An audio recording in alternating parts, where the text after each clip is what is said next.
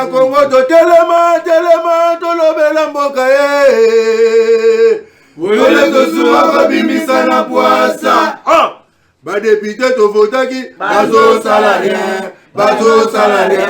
To kele la funa bazo salarien. Bazo salarien. Congo to lega na mwamba bazo salarien. Bazo salarien. To kele lukunga bazo salarien. Bazo salarien. Na boko kuna dibembe bazo salarien. Bazo salarien. To to mala changu bazo salarien. Bazo salarien.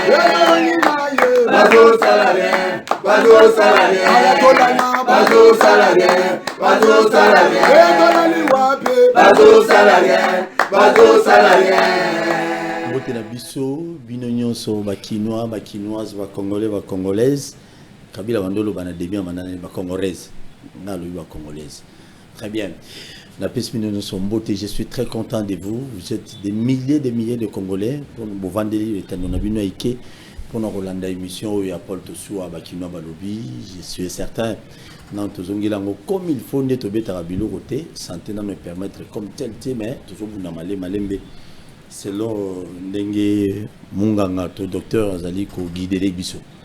Une fois de plus nous amenons zolo comme Mwanga Chuchu, Batebele, Bazolo, Banaba réseaux sociaux, Mwanga Chuchu libéré, PC liberté provisoire, c'est faux et archi faux. Mwanga Chuchu, bien qu'exception, Mozaki est soulevé, mais Tine Tolo Baboé, Abetara Bilo, Kuna Boloko, si Bazon sa procès, si Bao libéré, si Bao libéré était, mais comme Banzouzi Nabiso, Bajuge Nabiso, Baotan la dossier n'est pas dans l'opinion, sur Basomila, on a Jimel, Baluka, Baye, Banan vérité, donc. Pour libérer mon chuchu et vous moi mon boulot et vous appelez moi pété mais mingi justice n'a besoin de ça là jusqu'à là mon chuchu n'est pas encore libéré aza toujours na maboko ya mbula matadi donc na boloko ezali na batebele botutaka tolo donc ba députés nationaux ou provinciaux ou batutaka tolo na makambo oya banzela ya ba district ba bimela ba député na chango ya sérieux problème na nzela etali ya nzela wana Olonga Saint-Thérèse tio koma na cimetière ya Kimanseke nzela wana bandaka kaka na émission na denosaka une fois ici que non ils en a ba député ba kindo luka mbongo ya assainissement donc ya kini bopeto na bisika wana ba boka mabanga tio vo comme une église kimbangwiste du coup Dieu a fait grâce ba député wana ba loba nango ba loba ba sala bon ba sala comme d'habitude parce que une fois que si tu n'es pas au pouvoir nous avons un problème na bango sur critiquer bango mais ngana ko loba vérité c'est tout pour na bana chango ba boma ba tongola ngata sidi ya tongola alors nzela wana misala wana bandité parce que bomo na ba député ba mo défiler kunate et puis ba votera bino ba député te pour na banzela wana te ils ont devoir ils obligations à l'état congolais ya kosela ba congolais banzela ils ont yoka député au kosa biso bande ngamu na sala kinzela wana salima non c'est faux. So ça va député va tout sala belinzela matankumu na masina basala parce que va député belé boza pemeni ya bato va décider à mettre les nzela masina salimati so ça va député va tout sala ba démarche nzela au salma belinzela ya kuluma belisila so ça va député va tout sala kinzela salma belinzela wana ya buma kolongwa na babala njoko wana tie papa et sika papa bakuna papa gizenga belisalema to ba député mo baza ko embrouiller bino bisque mo so embrouiller bangote ba loi bazo voter te bazo proposer l'autre ka banzi ba moni mo konzi l'état bandi ko ba malibulu mo ba yo non l'honorable non 2023 au congolais cause la yumate cause la dipté ba ko dribbler au niveau na te oh mboko za biso nyonso pourquoi ka assume da comme député ko mo na nzambe a ko sa bino pe bondim vous êtes gentil. Mais ça, oui, au député, non. Bien, boy, bi solo ya comment papa les malais m'a député. Transfert na mémoire sur na selemba sur kuna na kati wana. Il y a des transferts balaka de na selemba ba sale. Tant on va bongisi yango komi bien, ya wika li solo no to kena djembela. A djembela kansiye. Bino kansion di. Non, bon fungola miso. Le peuple congolais, on ne peut pas être jusque-là. Il y a un autre monde en balo, beau pèse tata mokonzamboka. Ceux qui vont pèse majorité, na parlement, beau pèse tata mokonzamboka, majorité crédible, responsable. Beau pèse va député, mon bail, la bino va bilo au Kabila. Très bien. M23 Zongeli, quelques localités. ici kawa PM EAC bazouaki ne bisika bazon tampon wana M23 on dirait à récupérer bandi kozongi la localité mususu ya on est toujours mituna COP nini wana ezali face B ya EAC tous à face Z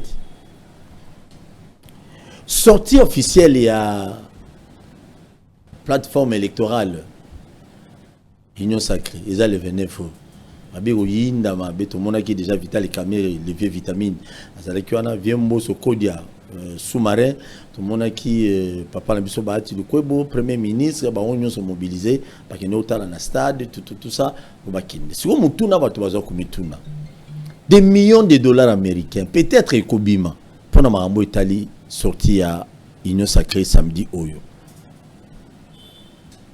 Nous avons parti 40 partis politiques qui ont composé l'Union Sacrée de pesa o tu kozala mbongo ya l'État. Si j'ai mis balé tous le belangwana, azane c'est moi ko yamba ndeko na biso Patricien Gogo ya MLC boni. Mbote ndeko Paul Tosua mbote na ba congolais nyonso et puis mbote na ko débatteur na ngai. On a eu l'occasion de partager les plateaux. Bien, le mouvement de libération du Congo, le parti cher à Charman Jean-Pierre Bemba, ils appellent bien. Donc, tous allez bien. Qui m'est ça? MLC se prépare dans l'élection. Oui, MLC se prépare dans l'élection. C'est pourquoi tous parmi les partis politiques qui a kilo ou basala qui dans tout au long il y a Kobenga batuba qui ndiko s'enrôler. Tous allez qui partout dans la République démocratique du Congo pour nous mobiliser les militaires. MLC partout dans le Congo. Toujours le baran pour ton TV. MLC ka moi mbemba oza parti dans RDC. Nous sommes parmi les 5 maires partis les plus implantés dans la République démocratique du Congo. Et les rapports existent. Ils ont écouté le rapport le plus récent en 2022.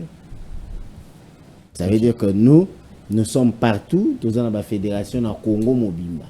Toza ba parti malette c'était parti o eza o ba memana sa ki kakate o eza azaka ye moi sinaye na bana nae toza parti eza implanté dans la République démocratique du Congo Momba et puis parti politique o eza ko regorger histoire munene na mboka na biso parce que to leki ici presque ba phase nyonso ya ko bundila pour la démocratie nous étions une armée de libération tout longue une armée de libération to commis parti il y a transition to kende na Sun City to longue wana to commis parti d'opposition et puis to loko to uti ko longue wana to commis ko parti to za ko accompagner pouvoir donc nous sommes pas un parti non de moindre parce que to appelle parmi le parti malgré absence ya leader na bango vivre pendant plus de 10 ans sans leur leader, mais tu as député, tu as sénateur, député provincial pour vous dire que l'ancrage, il y a un mouvement de libération du Congo, dans beaucoup de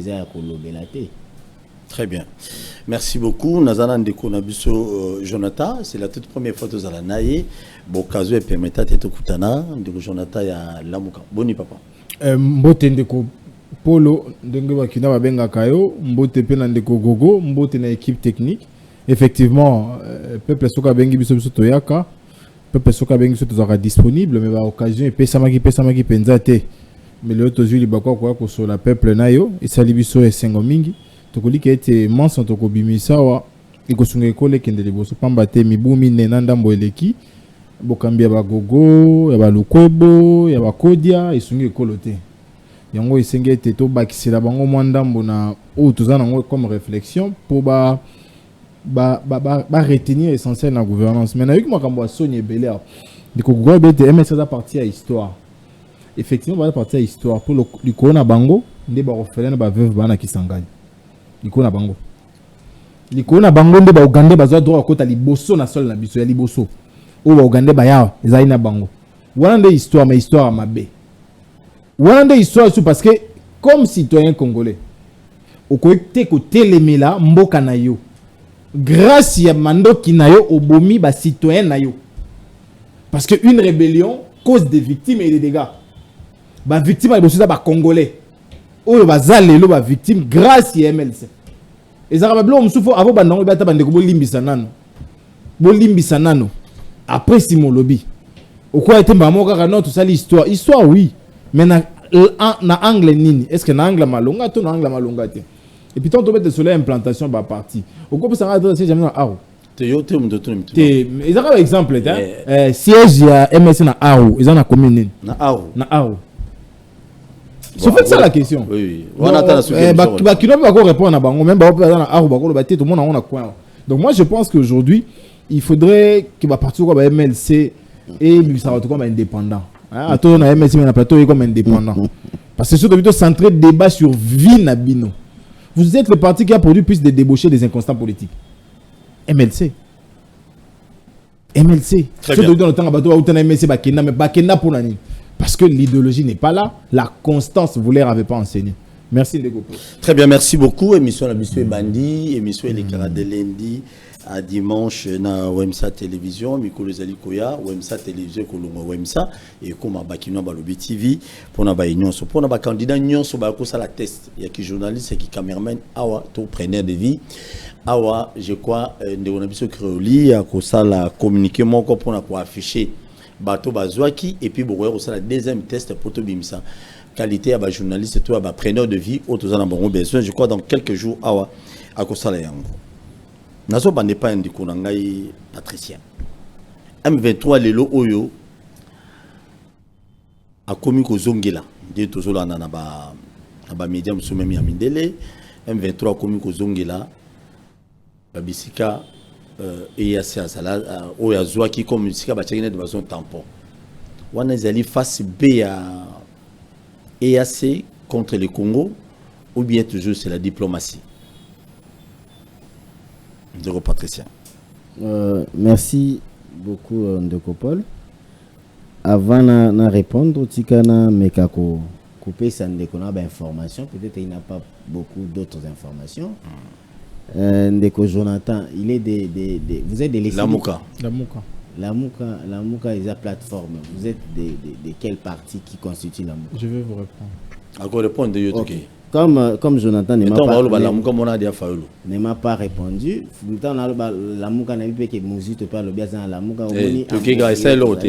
Jonathan malheureusement Azangi moyen pour répondre sur parti naïe pour naïe niveau implantation à parti naïe.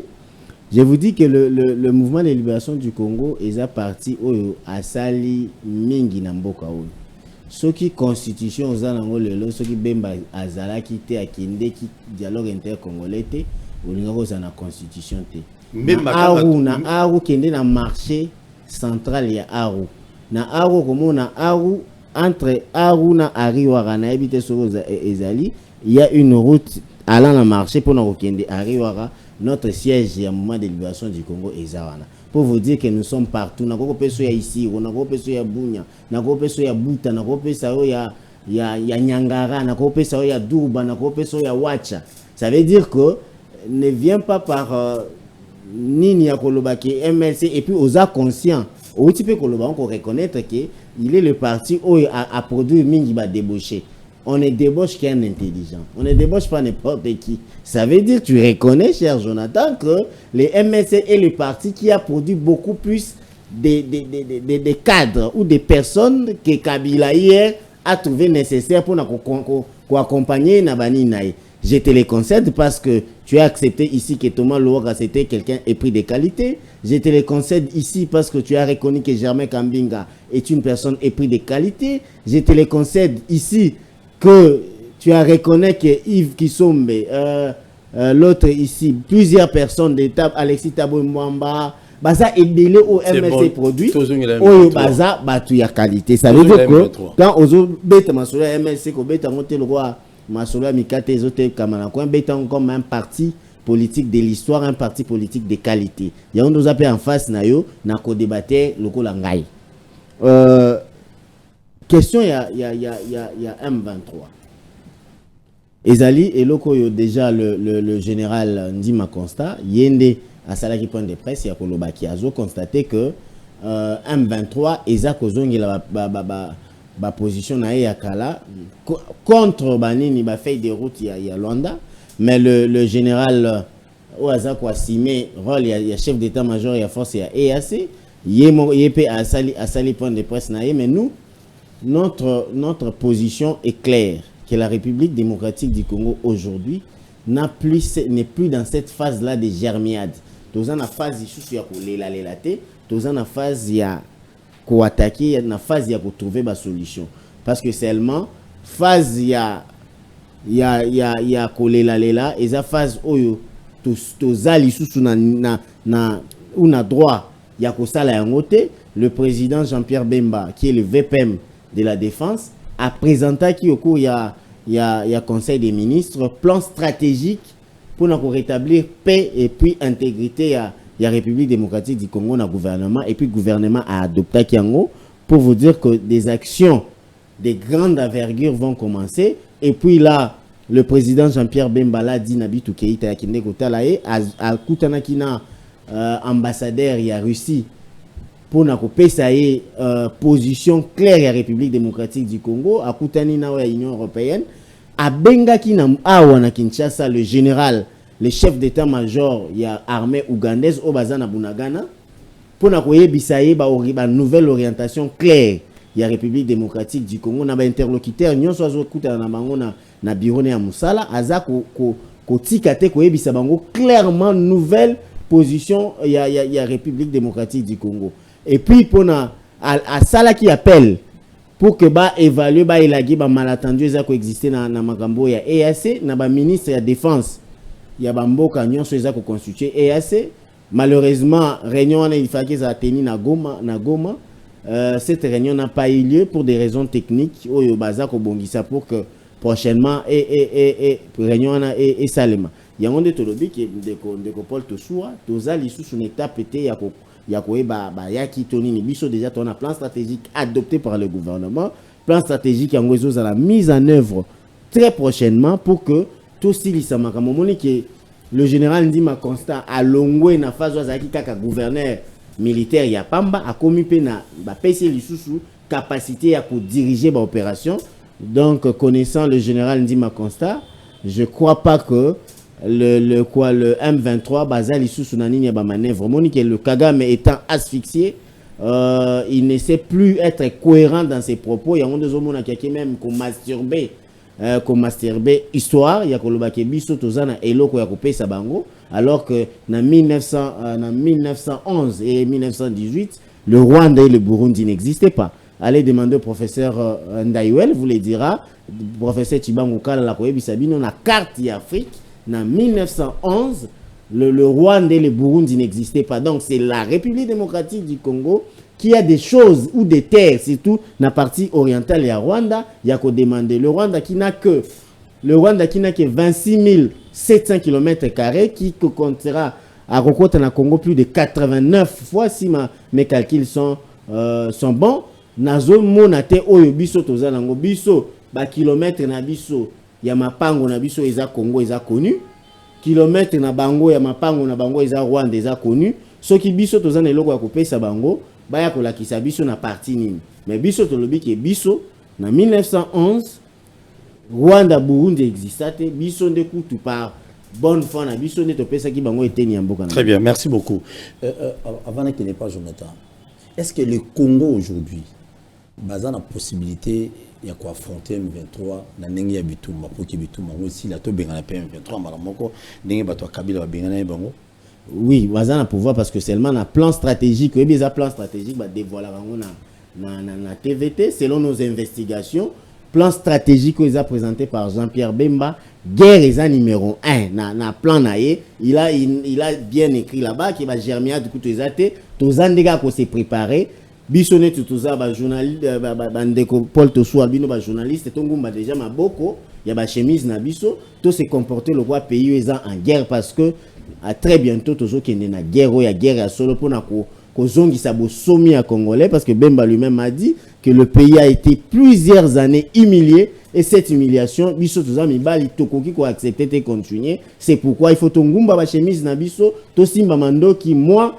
loi va réserviste et où a voté je suis médecin je veux m'enrôler dans l'armée pour que oui naza réserviste à tout moment où le pays aura besoin de moi na rokende ko soigner ba donc Jean-Pierre Mbemba d'après bien que vous avez merci aux rassurer ceux qui Mbemba lobby Kalaté toujours déclaré guerre contre le M23.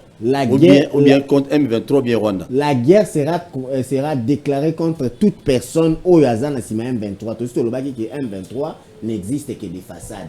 Le vrai acteur, c'est le Rwanda. Donc nous attaquerons toute personne qui croira que une partie, il y a République démocratique du Congo et comme pas na bango. Net Paul Kagame a lobby que bango il faut pas à s'attendre sur quoi on a guerre. Très bien. On a plus ces moments-là de plein air. Merci beaucoup. Vous s'abonnez massivement à la chaîne sur YouTube à Kinoa Balobi TV. Nous Jonathan à la Moka. Bon, nous sommes à Ramouine de Théa, na pouvoir quand même. Aucun de nos Patricia Nenga lobby. Est-ce que Nenga Jean-Pierre m'a déclaré à lobby que Nenga lobby, il va déclarer la guerre, soit déclarer guerre. Est-ce que Tokuruka, Kolonga, Rwanda, to M23? Nokopolo, merci pour notre tour. Il y a des choses faut rétablir dans la vérité. Nenga lobby parti na bango d'après rapport au Yemoko Yebi est parmi les 5 meilleurs partis. Il faut être précis. Bien installé. Il faut être précis. Rapport X publié en telle année, trouvable en tel endroit. Et là, par rapport au l'association telle, non, il faut déjà, parce que nous sommes à la télé, nous sommes dans le moyen de vérifier, puis ça, il y a précision. Il y a une balle lobby, Sun City. Mais Sun City, vous avez vu mon pour le constitution vous avez vu mon il ne faut pas s'accaparer quelque chose qui n'est pas à vous seul. Et puis il faut que le bayango. Na San City des places, tout banda une infiltration armée na biso grâce à vous. Des gens sans formation militaire, sans expérience, mais parce qu'il était dans la rébellion avec vous, tout ça, on dit ma armée. Sans formation militaire, moi ça n'a pas qui rébellion, yarato kende. Moi la province ça m'a dit qui rébellion, yarato kende. Na San City au public vous habitez fois quand on a armée. Et puis PSA il péta quoi, PSA il péta général. C'est vous non? Nous avons accepté d'oublier vos offenses, bah péché nabino. De to lamba yango to bongisa on na San City. Infiltration bandi wana.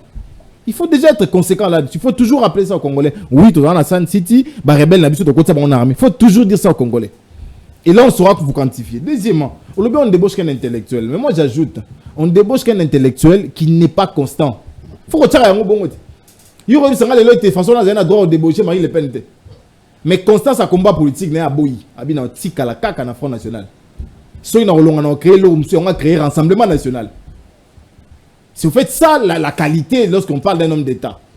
Lorsque vous produisez des intellectuels, mais ces intellectuels-là ne sont pas assis en termes d'idéologie, ne sont pas assis en termes de constance. Yo, le produit intellectuel. Mais vous avez produit plus de prostituées politiques que des intellectuels. Ou en photo le bain, bongo. On merci. Oh. Bandoumé belé constance politique, ça bango. Et ça bango. Tu évolues en découvert. Beta Biloko. Oui, sur Binoté, d'après sa position, je suis le président d'un jeune parti qui a vu le jour en 2018. Les PAC pour l'amour du Congo. Parti dans la Mouka. Au reposer en question d'implantation, oui. Avec nos faibles moyens. On a rébellion de nos repos. Donc, sur les autres, c'est comme moi 1000. Tu peux garanti, tu peux s'assiéger mon co. Tu peux implanter un malais, mais avec de l'argent propre. Pas avec de l'argent sale. Et pas avec l'argent que papa a donné. Non. Ou l'argent que j'ai refusé à mes frères de partager. Non. Ça, il faut noter. L'argent que tu as refusé à partager avec tes frères. Hein. C'est-à-dire nous sommes tata tika imbongo. Obité na meli binongo. Si on a bon on va te partir. Ah. Ndeko gogo on répondre. Non. Ndeko gogo on répondre. Ah OK. Et puis mbongo makila ba topé to boy na biswango. To boma ba toté. To retombo contre écoloté. Parce que moto la titenyo azape na moi sina bana. Na rebi c'était no tala lunga moi no ya suka vanga na zo mbongo te. Na rebi sango te. Na planter parti na ngai malembe. Très bien. Il faut noter ça. Il y a une balai. Tant que vous président, il y a mis ça tout de. Il faut éviter. Azan ba fonction étatique le Tchara excellence to ministre. Ah président. Reprendre parce que constitution le so commune ba fonction, faut tiga makambo. Ben notion simple boy, na école du parti ba yebi sabinon. Mais malheureusement école du parti a résouté. Comment kende commissaire président kuna. To évoluer les sous de konanga. Au lobby bo créer plan, bo ben on plan stratégique. Mais bon la solide.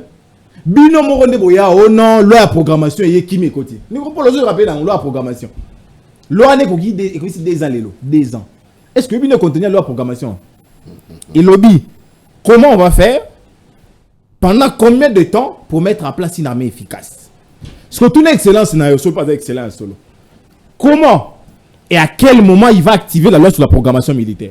Tout naïf. Si la loi la programmation militaire, le gars de l'Assemblée nationale, bah tu es pembeni. Oui, bah quel na plan stratégique. On a proposé dans le Conseil des ministres. Mon chef, soyez sérieux là. Soyez sérieux. Loi, ils ont couché, ils ont publié dans le journal officiel. Besoin d'attendre à appliquer en côté, mais besoin d'avoir résolution au Conseil des ministres. Tout est volé les choses. Au lobby non, vous convoquez qui réunion, il y a le ministre de la Défense, le chef d'état-major. Vous n'avez pas honte vous. Au convoqué réunion d'évaluation, na ministre, na chef d'état-major. Alors que yo dans le terrain té. Moi comme après là ma casse réunion à moi. Tu vas évaluer quoi alors que yo est dans le terrain té. L'armée congolaise est absente de tous les territoires occupés aujourd'hui par la liste communautaire africaine. Alors convoqué Barsolanini. Barsolanini. Et puis tu as solo la sécurité de l'Onangaï. La moindre chose dans l'élément tout fani là. Bah tout une question simple. M23 a récupéré le territoire, il y a un gouverneur militaire à confirmer. Si le gouverneur militaire oyebi, tomba nomaraye, bah peut-être va pouvoir nios. Il y a cause à la militaire, il y a cause à la responsable du commandement militaire kuna. 2 mois après Botolian. Bah tout c'est là on fait l'année passée. Banda bazongi seli né au commissaire wana ba pété tout. Combien de territoires il a récupéré depuis qu'il a pris la plénitude de ses fonctions? Vous pensez bien les gens vous souffrent dans le territoire occupé voilà. Traitement va rebelle besoin infligé mon boy bien monté. Et yo zara au commissariat gouverneur militaire au commissariat président. La problématique elle est là. M23 a récupéré la zone naïe. Comme ministre de la Défense, au hasard censé appliquer politique gouvernementale en matière de défense, a sali déjà nini. Toi à sala nini. Je vais te donner un truc. Banda Yé, il n'a même pas tenu 3 réunions. Il y a conseil à défense 3. Oui, c'est un ministre chef d'état-major, renseignement militaire 3 pour ma salle en côté. 3 il y a pas. Et puis n'a pas idée là nous besoin confondre être rebelle et avoir les aptitudes pour gérer le secteur de la défense. Non. Il a été rebelle sans formation militaire. Il faut déjà noter ça. Qui? Bien sûr. Sans formation militaire, il y a une rébellion. Et maintenant, il gère le secteur de la défense. Oui, dans la chaîne de commandement. Mais c'est maman, le bien est solo. Il y a une formation militaire. À quoi aussi? Il y a une formation militaire. Ceux qui ont formation militaire, parce que promotion il y a effort. C'est là qu'on continue d'attendre. Il y a bien formation militaire. Une formation à plusieurs écoles où on peut recevoir. Ça veut dire que Baba Lokuta, mais été formé. Oui, il faut pilote de guerre. Formé en Belgique. Pilote de guerre. Donc pilote pour conduire les engins de guerre. Comme les hélicoptères, les Sisuko, il a Bemba Kokumba. Ah, Okumba, Tilelo. Tilelo, Okumba. Bemba, même jet privé, n'a Akumba Rango Yemoko. Les jets privés, Akumba Rango Yemoko. Babylone, Moussou, bon, si c'est Malbanae. Nous pouvons continuer. T'es à lobby. Non, après ça, il y a la parole. Nous, on est respecté. T'es à lobby, à Zouagi formation en Belgique. Il y a pilote d'avions de guerre. Donc à tout moment. Mon chef frère. Donc moi dans mon notion qu'il y a Bitumbe Zala. Ngaya wa na obetoli sur la pilote té. Na obetoli masula royeba Bitumba. Mais un pilote de guerre s'il vous plaît. Un pilote de guerre a yebi comment manier engin à Etumba avec un avion. Engin à Etumba na tango à Etumba. C'est bon de bana tika sisa. Tika sisa. Parce que c'est tika sisa. Calme. Beta bilo on mo. Calme. Beta bilo tukei. Beta biloko école ya formation en Belgique comme on école royale. Si vous pensez à promotion à Bemba école royale. Et c'est le côté sur YouTube évolué tout. Non Polo, on a bandeli awa. Bemba n'a jamais été formé comme militaire. Même à Tipoja Minduka a évité. Il n'a jamais été formé pour être militaire, ça il faut noter. Là c'est de 1, de 2. Cause à la pilote de Gonanga. Bon, si on a tangi combo ailleurs Silika.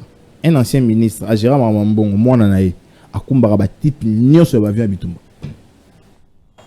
Non, tant que tu non respecté. Non, tant que tu on a beau non tant que tu mais tu vas y déjà. Moi je vais pas non. Non, yo petit gars dans la calme. Malobam le beta na bilo pas bon longola. Ya ngwana. Ya mi balé. Ce mouton a priorité en sécurité, il balanga na attitude na. Yo senga no ko pour la retesi manche na log bimba vi mana costume. Na ideni. Où c'est qu'on pour la attitude de la guerre alors que bien bien la fête. Il y a bien fait toi. Yo moi vidéo te bazala yé boka tombolo papa kabanda bazala so 5 boy vidéo les gars on a réseau de bela. Mais on a anniversaire à Dada Fanny voilà. Dada Fanny n'a précisé. Dans l'État ou privé. Non, Ok, non, ok. non, non, cher frère. La sensation.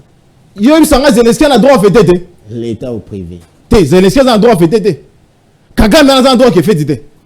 Soit qu'il y a l'action vidéo. Mais pour l'année, il y a moi là. Vous êtes indigne d'être gouvernant. Indigne. Merci, tu évolues. Est-ce qu'on a une question de sécurité? Non, Polo. La minute, tu as la taille à mal sur le souté. La meilleure des choses à faire, et moi je l'ai dit, c'est besoin de gouvernant, à l'époque, on pouvait avoir un bousin mabé ko bouka mibe quoi, ko défendre l'école. Ce qu'il faut bouka ba ordre kin, bo bouka yango pour baninde ko non bazala en sécurité. Ba dora ba bemba, ba opé ça solution ti. La preuve c'est qu'il est là depuis plusieurs mois. Discours maloba. Rien à faire. Voilà, bah on a stratégie. Non, Polo. On a stratégie parce qu'on va bêter un 23 boy. Paul Kagame déstabilisé. Non, Polo. République fonctionnera dans la continuité du service public de l'État. Ndeko ka banda qui a la programmation AKI. Oya yé pour nous continuer dans côté. Avec une place stratégique. Où ils ont un fondement juridique mon côté simple résolution conseil des ministres. Alors que loi ils a publié national officiel, babousse na bango. Babousse yango. Loi ils ont voté la proposition au conseil des ministres, ils ont un fondement juridique. Fondement na ozani. Ah là là, il y a un problème sérieux. Non, fondement na ozani. Non, répondre. C'est opposable à qui? Alors que loi ils ont opposable na yonanga. Ils ont publié un journal officiel. Est-ce que résolution conseil des ministres, ils ont opposable à Naï? Docteur, Koko dans la terreau, maîtrisé. Mais moi, je pense qu'aujourd'hui, il faut que nous nous décidions. Toloba qui ont dit que c'était une vaste aventure comme ici, communauté africaine. La preuve, c'est qu'aujourd'hui, nous sommes dans l'élan de la balkanisation. C'est quoi cet état sérieux, souverain et responsable? Or, on dit, Mamboka n'a armé mon souci, gérer territoire moko. Nani ozo bempo na bunagana. Nani ozo ba taxe. Nani ndazo kamba bunagana na minito. Et pourtant, on va mauvais bakenda qui bakabila, batika yi ate kuna ya congolais. Mais lelo attaque ya bunagana comme on est. Pourquoi est-ce comme on est? Comme on est. Tu comme on est. Té, babé aso ki colonel ya Angola. Yende bina comme chef à tout faire kuna na bunagana. Colonel ya Angola. Yende na bunagana. Yende azo gérer makambo. La lobby Soki. Mais donne-moi le nom d'un Congolais qui gère là-bas. Parce que le principe est connu. Général ou Angola le baki Ango. Place monsieur Dozali, RDC Aza Musika. À Ozalate. C'était ça la clause pour M23 Kende. Si vous savez qu'on a Zatena Zakuna. Sony. Donc nous on a tout le monde pardon. Donc moi je pense que l'occupation ils ont continué. Et ça pour les mercenaires le roi Bango Bazan à pouvoir. Des gens qui ont été payés pour balkaniser le pays. Qui? Ils n'ont sacré Mobimba. Bafuta Bango balkaniser Mboka. Oui. Nandé. Ndeko Paul. Dans une minute. Mobutu. Atikala jamais kotika armée moko yefande gérer Mboka na izo baba pour na ba taxe. Kabila les pères atikala jamais. Kasavubu jamais. 2018-2019 jamais. Kabila le fils pour il était aussi président. Mais Natangi était. Il est tangué. La lobby jamais. Natangi moi son Nabi le fils jamais atikala au permettre. Pour la émission bien. Si qu'on lelo Mboka tombola ya lobby té. Bo fanda na bino. Et puis que sous musika pesina de l'état bo za na bino bo gérer. Surtout il y a article 4 charte et est communauté africaine. Il quand même honte. Très bien. Qu'est-ce qui justifie aujourd'hui qu'un état souverain comme le Congo voit ses territoires être occupés par d'autres armées et vous êtes là en train de rire, en train de fêter, en train de boire? Nasuka, plan et stratégique. Très bien. Merci beaucoup. 30 secondes de réaction s'il vous plaît. Donc, même une minute pour tout gagner. Jonathan, vous devez comprendre que la notion de gérer un État, ce n'est pas de sensationnel. Ce n'est pas de fait d'artifice. On gère un État par une réflexion. Cette guerre n'est dire pas il y a 2 ans. Ce n'est pas Félix Tshisekedi qui a créé les M23. Ce n'est pas Félix Tshisekedi qui a signé l'accord entre 2009 et entre l'État congolais et le CNDP en 2009. Ce n'est pas en donnant toutes les attributions, il y a repris ces attributions, nous sommes à M23. Oyo baza dirigé par les Rwandais, qui est l'administration publique, qui est l'armée, nous sommes dirigé par Bango. Aux politiques, au Tanguy accord. Ce n'est pas Félix Tshisekedi, mon frère. Ce n'est pas Félix Tshisekedi qui a signé l'accord entre le M23 en 2013 dans l'État congolais. Où il donnait, où cet accord-là donne les privilèges au Mwanga Chouchou qui est aujourd'hui, qui était le président du CNDP, tu le sais. Il y a un président M23 au Yebi. Autant qu'article 6, il y a accord, où la souveraineté était donnée à ces gens-là. Ok, administration nabiso gérée par Bango, finance nabiso gérée par Bango, naba territoire ni sud, nord, qui vous base où elle est, où elle est, Ituri. Tu n'as pas lu cet accord, c'est Félix Tshisekedi qui est venu avec ça. Arrêtez avec l'association. Au lobby, loi, programme, et la loi. On ne peut pas faire un projet sans pourtant s'accorder à la loi. Mais même avant de faire ces plans-là, il a lu la loi de programmation militaire. Il a fait une proposition de plan qui a des phases. Merci Ça veut dire que vous dites des choses que parfois, ce qui est clair, c'est que dans n'importe quel pays, l'écrivain français Raymond Aron a 50 ans de mémoire politique, a dit parfois, vaut mieux aller chercher la paix avec des accords qu'aller avec de bottes des armes. Parce que ça coûte beaucoup plus cher. Mais si l'ennemi vous pousse à bout, utilisez votre capacité de ménage. C'est ce que Bemba fait maintenant. Nous sommes allés dans des négociations. Nous sommes allés voir pour comment trouver la paix. Parce que, cher Jonathan, nous sommes obligés de vivre ensemble. Parce que plus de milliers d'années, ces deux peuples-là ont vécu ensemble, avec des frontières intangibles. Maintenant que nous avons quelqu'un de sanguinaire qui est Paul Kagame, qui veut que la paix abatou, entre les deux frères, Tokoki kosa la tête que bongo. Aujourd'hui, je te dis, Jonathan Kagame est asphyxié. Il est en train de logorer. Parce que seulement, à coup d'un interlocuteur capable et fiable. Si Tshisekedi Azaki a 10 ans avant, on n'allait plus connaître les histoires des M23 ici. Très bien, merci beaucoup. A utilisé fait d'artifice et au pays Sabango accord, Baba s'est retiré. Mais Kabila même Congo na YACT. Kabila même Congo na YACT mais Teka ki Congo na Rwanda. Accord on est clair. Nous, biso le ezali ba atanga ngotuna Jonathan Kotinde la zana on a téléphone. Yo zana ngo. Ngana zana on a Kotinde là. Donc mais tinda ngo siko bodita na otanda. Kotinde là accord. Siko na charge té. Quoi?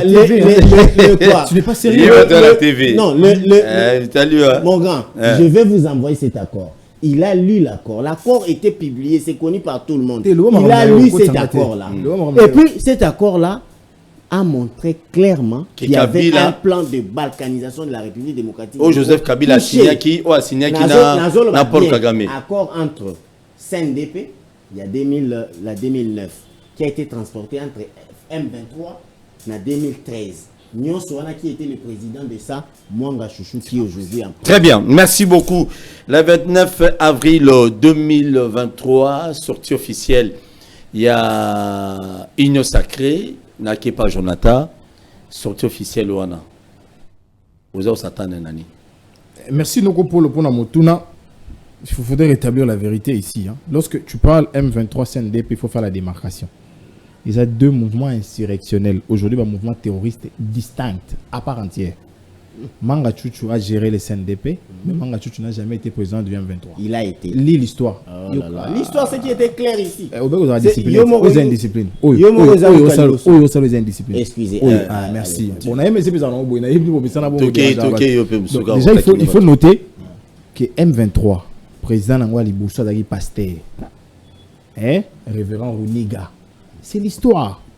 Tant où il y a accueilli au hasard Siko Babenge Makenga, un autre sanguinaire, il faut noter. Tant qu'on est sur là, accord, de qu'on a même écoulus no yomoko. Même écoulus no yomoko. Kuchanga te que non a même le écoulus. Non. Accord aux autres, on a mon en d'autres côtés. Je te dis les choses vraies. On a joué bisayo. So aux anangwa ou balancer, tu analyses. Le téléphone est déchargé. Le kuta. Le kuta. Tu peux décharger. Kadjosa. Na kikongo kiluvunu. Tout évolué. Aujourd'hui, la gestion de la République s'est faite par la réflexion. Monsieur, tu as pris ça où? Oui, j'ai rien beaucoup dans la bande. On gère une nation avec les actes. Les actes qui sont le fruit des études. Il y aura une idée. Études, actes, réflexion. Pardon. Non, pas avancé. Toi avancé. Scène de thé. Merci. Libéré. Ok, tu évolues. Toi, la plateau. Pardon. Donc, il faut déjà noter que ma bande de Kambarater a acte. Lorsqu'on pose des actes, Kagame, Koya Sunambora Nangati. on va proposer un acte de gestion. Au banza il a un plan stratégique. C'est ça la réflexion. Parce que réflexion dans ta gouvernance place dans ça. OK, sous musique de konanga lobby, on est obligé de vivre ensemble. Oui, mais tout en se respectant. Et le respect se gagne.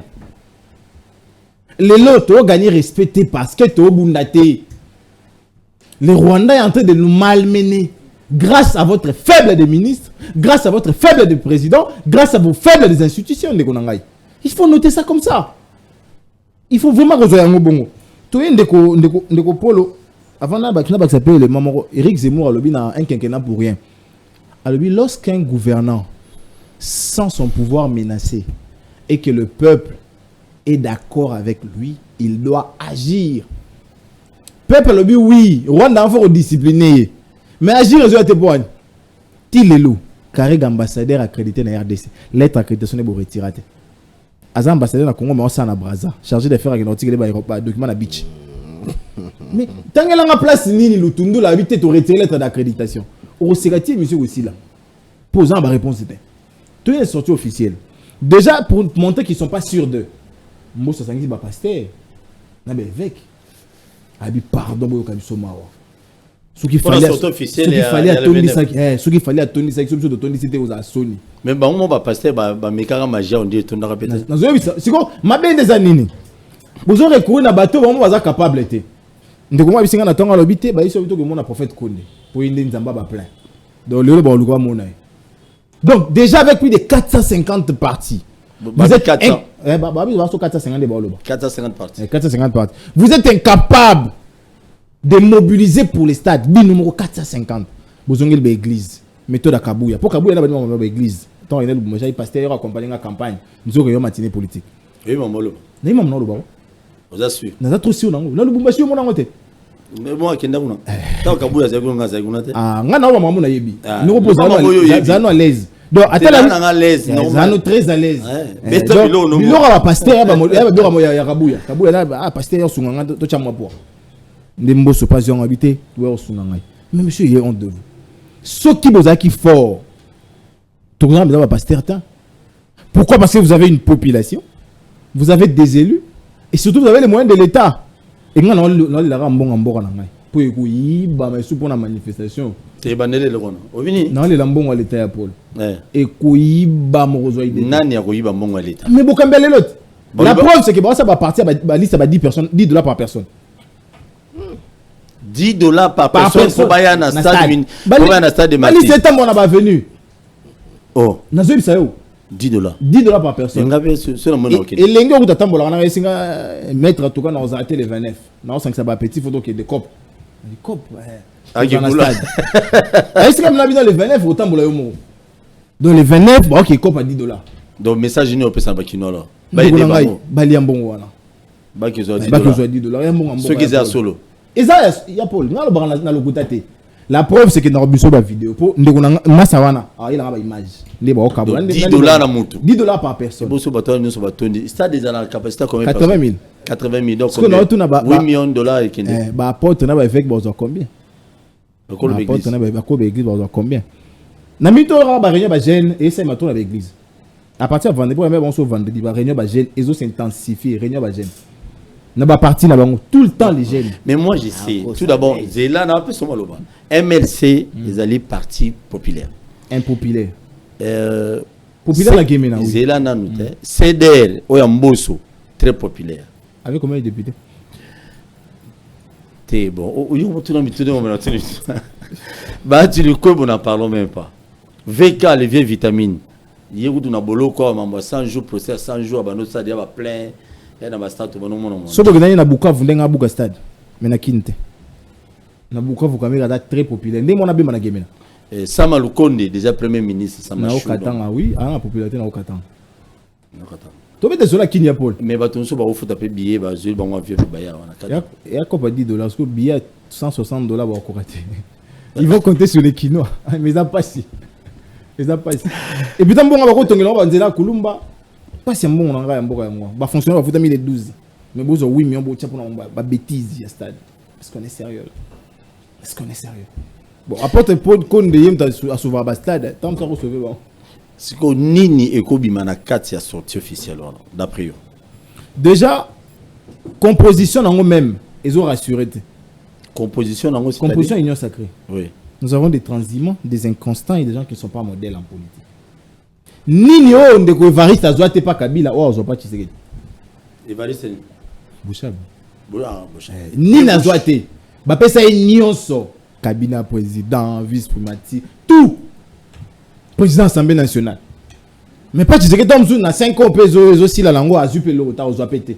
Ouais, sous que dans 2023, bah aussi le 23 décembre à minuit. Yo ntolobi. Na ambaki ba fondateur IDPS ba sangisa batu nyonso pour que non quand tout le monde soit deuxième mandat donc des Fabino vont dans l'état et se prépare déjà. Ba sangisa batu nyonso na buzo non IDPS n'est pas et on a vite. Ba sangisa na bêtise za lelo. Ozu fait encore de China Kabuya. Non bol. On va devoir avoir quoi ndawala. Tika IDPS to lo bela mboya. Ya na fonga parenthèse mo fongoli. Hein, les têtes comme le Mavungu, les têtes comme les Chabani sont des gens à mettre à part. Très bien. Donc, le 29, petit nayo, abotikayo, à qui nous retient quand on le poids, il nous sacré poids. On a $10. Puis, lundi, donc dimanche, à Zongelio. À Zongelio, image. Ah ben ok, on va la permettre. Il y a quoi? Yo pour Okinde. Pour $10. Mais ce papier, c'est moi 1000 pour mobiliser. En fait, déjà en réalité, biso to abattement moral et fanda. To abato te to zela to ibambong à l'état pour to koma. Na moi mon cœur to zora to se contenter na yango. Très bien. Gogo ba kozwa $10 wana ba pese pe 1000 akangisi mo 10 jeunes mo akena mo. De gogo. Eloni ebimaguna. Et pourquoi que ça la sortie officielle? Ndeko na contexte toi nango lelo ya bituma na mboka ba réalité toi nango lelo kwa mutu mboso alobaki keno oyi alobambo soti oyi besu Jérémaïte hein alobama alobama pona kutaba malukwana tout ça est-ce que pourquoi pas qu'on se focalise dans nous kuna qui nous 5 ça va tout plaît la stade des martyrs il faut qu'on tourne dit ça il faut sortir officiel vraiment c'est important à l'instant. Merci beaucoup. Vous allez à l'aise, bêta bilo calmement. Très à l'aise. Bêta hello. Naza confiance sur le pôle long. Et là on a s'appelé na Jonathan c'est que il a l'air sérieux à cause appelle le kuta des côtés na kate qui sérieux. Il dit quand les gens bon il a l'air sérieux là. Chez nous en médecine on dit les mimiques peuvent me faire voir l'âme de la personne. Quand il parle, je comprends qu'il n'est pas en lui. Donc il parle pas par besoin de communication. Le mouvement de libération du Congo seul peut remplir ces stades. C'est bandela là. Le mouvement de libération du Congo seul peut remplir ces stades. Voilà bon bien c'est JB. JBT yo bemba. Azamwana 2018 tout le monde plainte. Car ko utane prison ko zongo mona il plaint non. Plein de stades de martyrs. Mais plein de raisons à prison, s'il vous plaît, Patricia. Tu es débattu à la biso. Plein de raisons à prison. Et ça, curiosité, biso, nous sommes belé, non, plein à l'éloté par rapport à la réalité, à vie, à Congolais. Plein à l'élo. Ça là, gentil. Plein à l'élo. Et ça que la Constitution garantit que les partis politiques est ça. Ndeko Jonathan. Bah, tu sais que ça na Lubumbashi, non? Azobenga, azolobaka que non. La constitution n'est pas respectée comme on a transhumant banane. Tant qui le président Fayoulou a qui a coûté une matata pour le président Fayoulou lui-même appelé matata pour qu'il détournait l'argent de l'État. Le même président Fayoulou appelé qui Moïse Katumbi détourneur de l'argent de l'État. Le même président Fayoulou appelé il appelle Oignon Soba outil bazan ensemble pour la République. Ba outil kozaka 6 mois après na gouvernement union sacrée ça malukonde donc tango ba komi kuna basangani na bino ba komi ba saint ce sont des bonnes personnes des bonnes moralités mais tango ba tumusu ba sangana ba tumusu ce sont des gens il faut être sérieux parfois les gens nous regardent mais biso union sacrée na charte na biso na chapitre nango 6 hein question na ye malentendu na ye ça déjà élagué ba lobi que l'union sacrée fonctionne na ba cotisation hein, na baleg et puis na ba subvention. L'union sacrée ne fonctionne pas dans bongo à l'État. Le mouvement de libération du Congo par rapport à eloko eleki ba mimisi budget nango ba kaboli que le mouvement de libération du Congo regardez votre part ça. Le PPRD regardez votre part ça. Vous savez, mais c'est l'ensemble des partis politiques. Excusez-moi. C'est l'ensemble des partis politiques. ceux qui ont eu MLC, tu as eu parti Amboso, tu as eu AFDC et consorts, tu as constitué Union Sacrée, autant tu as le budget d'ensemble, tu as kaboli que Oyo et ça autant, par exemple, que louer instrument, ça va nous coûter autant, et que ça a parti tel, de ça, bon, on va organiser, kababiloko tout. Ata la mouka, tant que ça qui avant qu'il y ait des Genève, via organisation, n'enseignement, où nous avons fait tout ça qui n'a quatre organisateurs. Tout ça là qui bon, pourquoi seulement que tant que ça Union Sacrée aux autres la bon et beaucoup consort le président de la République il fait ça pour décourager Moutunion sur où il y a bien à l'État et comment le quoi va faire privé. Tout ça les seuls gouvernements où Nini Oyo et Kangi ba mi belé et dénoncer ba makambo belé à corruption. Ça veut dire que ça veut dire que on est à Moussa justice ceux qui ont été ba kobel la monter dans journal qui ba mbongo ils ont ba musu bazozongi ça déjà. Ça veut dire que il faut il y a lobby $10. Tokokuta ne lobby na plateau akola kisabiso ba vidéo ba pesa ki ba $10 mais ce qui ngai le parti politique est constitué de leaders et consorts. Na lobby par exemple nazo louer bus pour na bana ya funa na mi maman ba ki na Union Sacrée. C'est mes propres moyens, je suis médecin, je vis avec cet argent. Na kozomba on a loué transport na memi ba tunani okokiko empêcher te yo lobby za ko sala oza président un parti PAC que je t'encourage même il y a aucun de beaucoup plus loin et okoza obligé à kobimisa mbongo pour que implanter parti. Parce que quand on veut éjaculer ou on veut verser quelque chose comme réflexion et consort, tu dois avoir... Non, là, il faut retirer parce que... Non. C'est ça qui va être très sensible. Il faut comprendre que je suis médecin, n'a pas jargon. Mais c'est aux émissions politiques. Évitez vos ceux qui sont dérangés, mais je dis quand tu veux véhiculer des valeurs, tu dois implanter, tu dois avoir l'argent pour avoir des sièges, tu dois avoir l'argent pour payer ça pour que ça. Pourquoi il faut empêcher baninga moyen na bango ya bango pour que message nini aux alakuna na Union Sacrée message ya Union Sacrée ceux qui biso to sangani autour ya Union Sacrée ça autour ya valeur moko que le peuple congolais puisse être au centre de nos préoccupations que la République démocratique oui que la République démocratique du Congo, le peuple basala na sim derrière le chef de l'État, dans le gouvernement, pour que même pas centimètre et qu'il n'est pas bapaya. Et que le peuple congolais, il faut se préparer dans makambo nyonso o tokoloba pour sauvegarder mboka na biso lobi. On a déjà message clair et puis il vous a couché par communiqué et puis il y aura plusieurs autres recommandations. O il vous allez puis et vous les dans la presse. Nabi li solara me beta matin. Très bien, merci beaucoup. Je vous dis un grand merci. Le 29, Union Sacrée, dans un stade de martyrs, ça la plein à craquer. Nous avons Patricia Emel Salobi, Jean-Pierre Membaye, mon Emel, c'est maman Bazaïba et les autres, on va retourner dans stade de martyrs. On va répliquer. Oui. Alors, mon bébé, il faut répliquer. Ça la calme, ça l'autre. Il faut l'ongola. Les lots au gang à tous, au bêta bilo, on est assez, mais il n'y a pas l'ongola au moins mingi. Très bien. À l'obbi, MLC, Bako, qui retourne sa stade. Mais de Jonathan, l'obbi, retourne sa stade, on a $10. Qui dit vrai? Rendez-vous, et vous allez là, samedi, bino batubo filmara, bino batubo criticaka, tout kutanara kuna. Mais on a regretté le rumor. Na lobana suka papa ni loba bokamani ya liboso sorti na bango prison pour le être leader politique ba no ya mena aéroport ils ont amené les gens avec eux il faut être vrai hein mon bolokoti mo yé pe ba do yambi atayo moko bolokoti mais ça la bolokoti ça la boloko et puis boloko a président mindele donc il fallait ba leader wana ba benga la mobilisation to ya maman na mboka ye. Très bien, merci. Sortie officielle, participation au frais de $10. Heureusement pour confirmer. Il y aura mal habite au Sangisi, merci.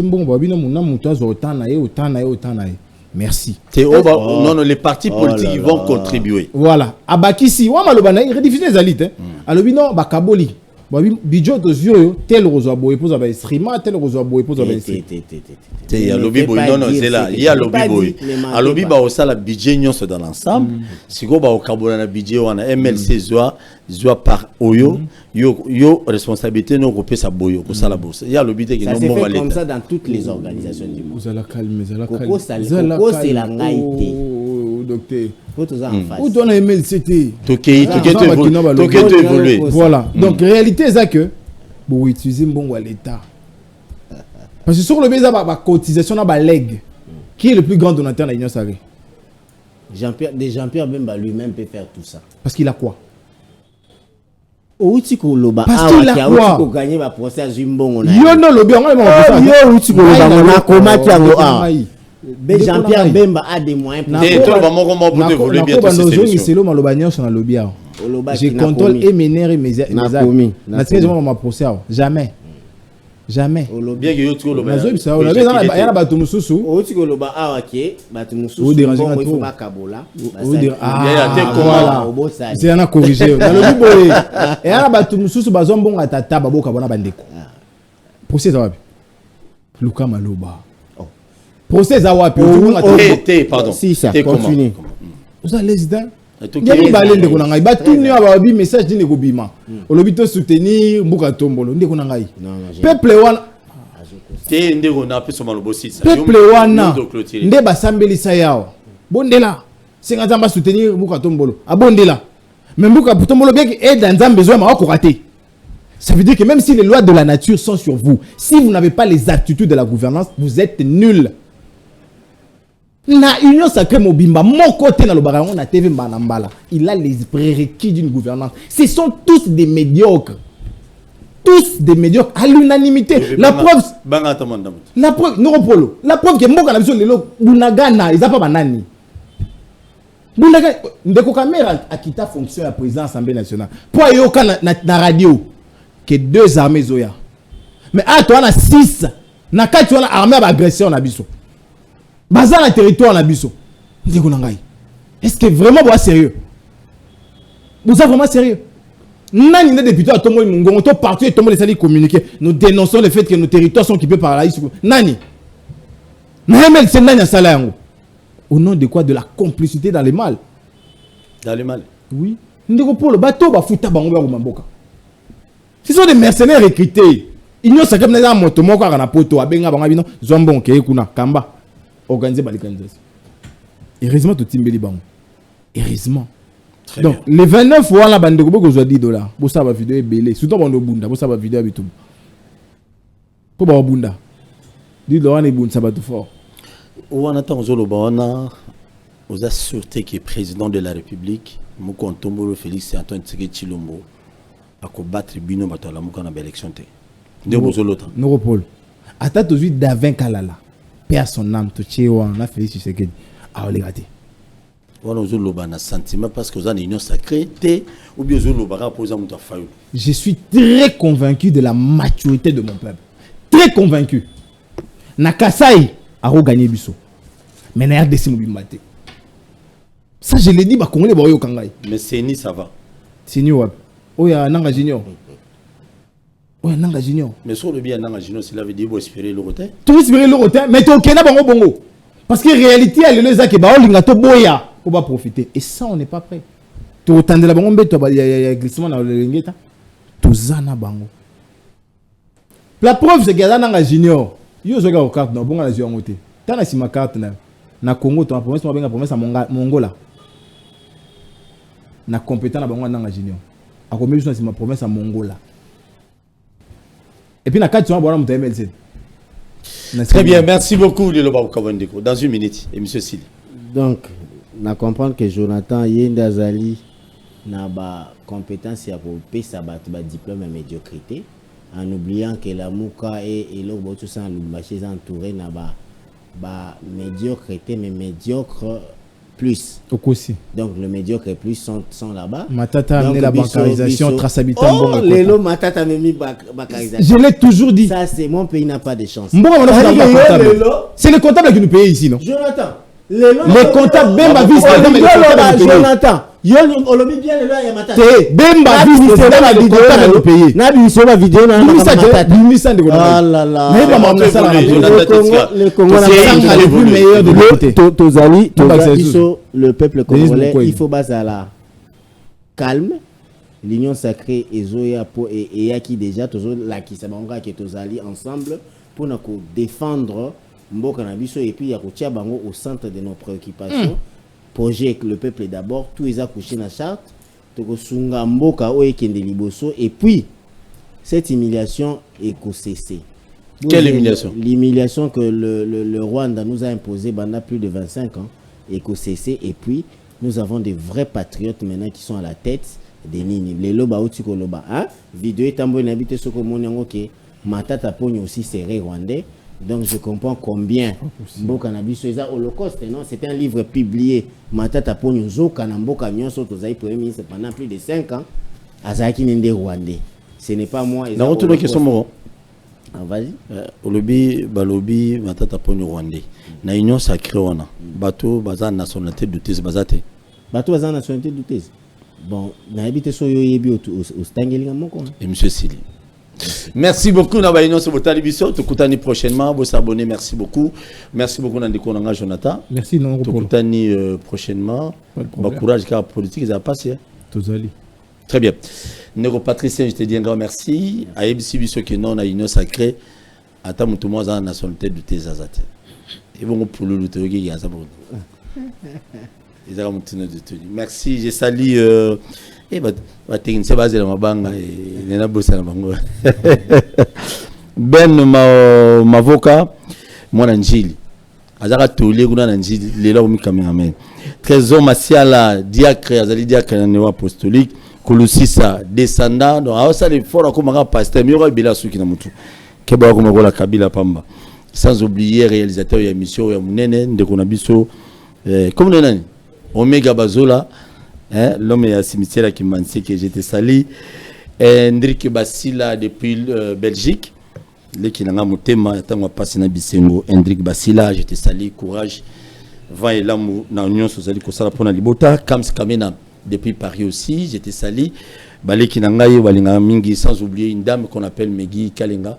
Tout le temps prochainement, si Dieu le permet, restez branchés, connectés sur WMSA Télévision.